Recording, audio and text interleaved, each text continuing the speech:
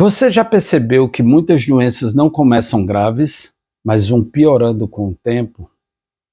Começa com um resfriado simples, depois vira tosse persistente, depois vira algo crônico. Ou aquela dor leve, que aos poucos se transforma em algo constante, profundo.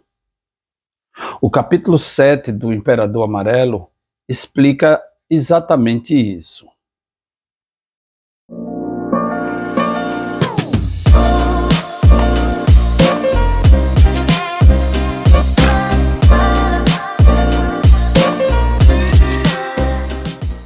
O capítulo mostra que a doença não é algo fixo, ela é um processo, ela se transforma. E entender essa transformação é o que diferencia um tratamento superficial de um tratamento realmente eficaz. No capítulo 6, nós vimos como os fatores externos entram no corpo.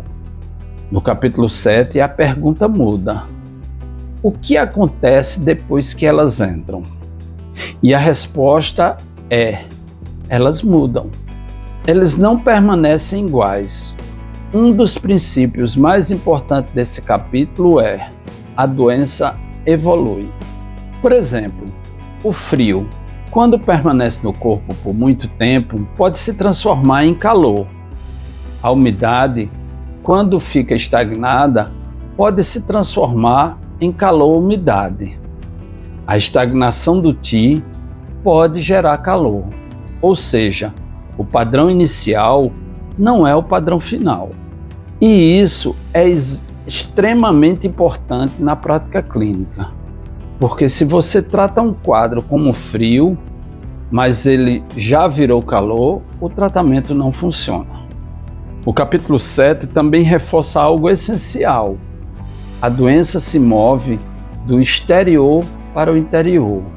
Ela começa na superfície, pele, poros, sistema respiratório. Se o corpo resolve, ela não avança, mas se não resolve, ela penetra. E quando penetra, ela começa a afetar os órgãos. E quando isso continua, ela se torna crônica. Então existe um caminho: exterior, interior, profundidade, crônico. E quanto mais profundo o quadro, mais complexo o tratamento. Por isso, na medicina chinesa, tratar cedo é fundamental. Outro ponto muito importante do capítulo 7 é o papel do tempo. A doença não acontece de uma vez, ela tem fases, ela tem evolução, ela tem transformação.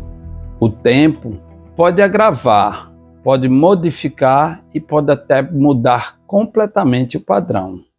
E isso exige do terapeuta uma coisa essencial: a capacidade de reavaliar. O diagnóstico não é fixo, ele é dinâmico. Um dos fenômenos mais importantes descrito nesse capítulo é a transformação em calor. Muitos padrões, com o tempo, acabam gerando calor. Mas por quê?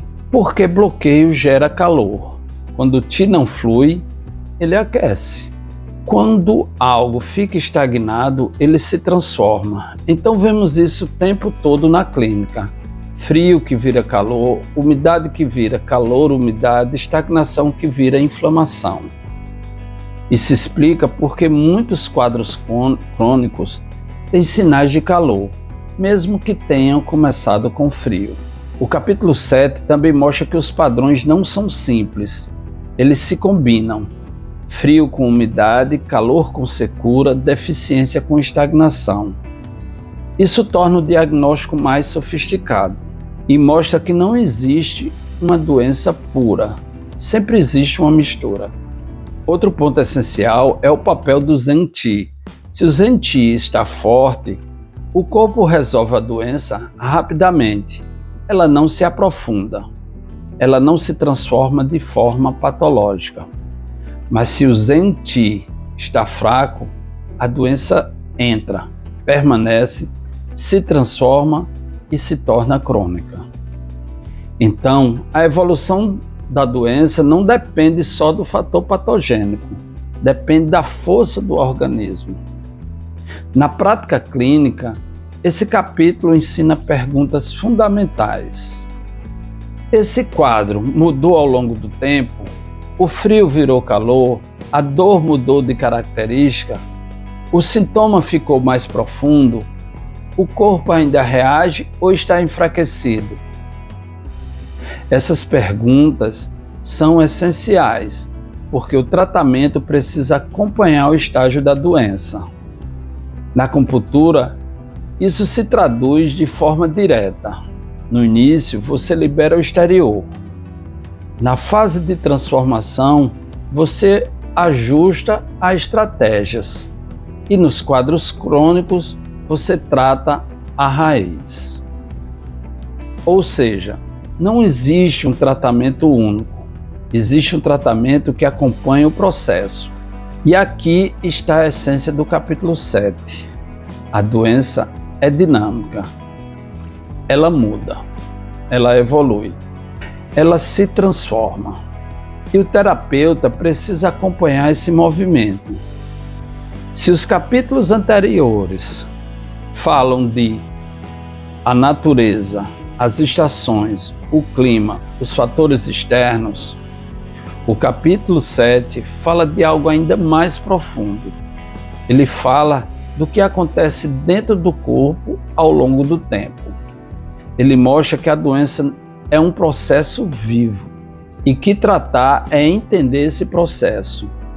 Se você quer continuar essa série pelo Wang Di Neijing, comente, quero o capítulo 8.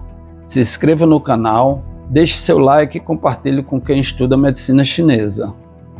Eu te vejo no próximo vídeo.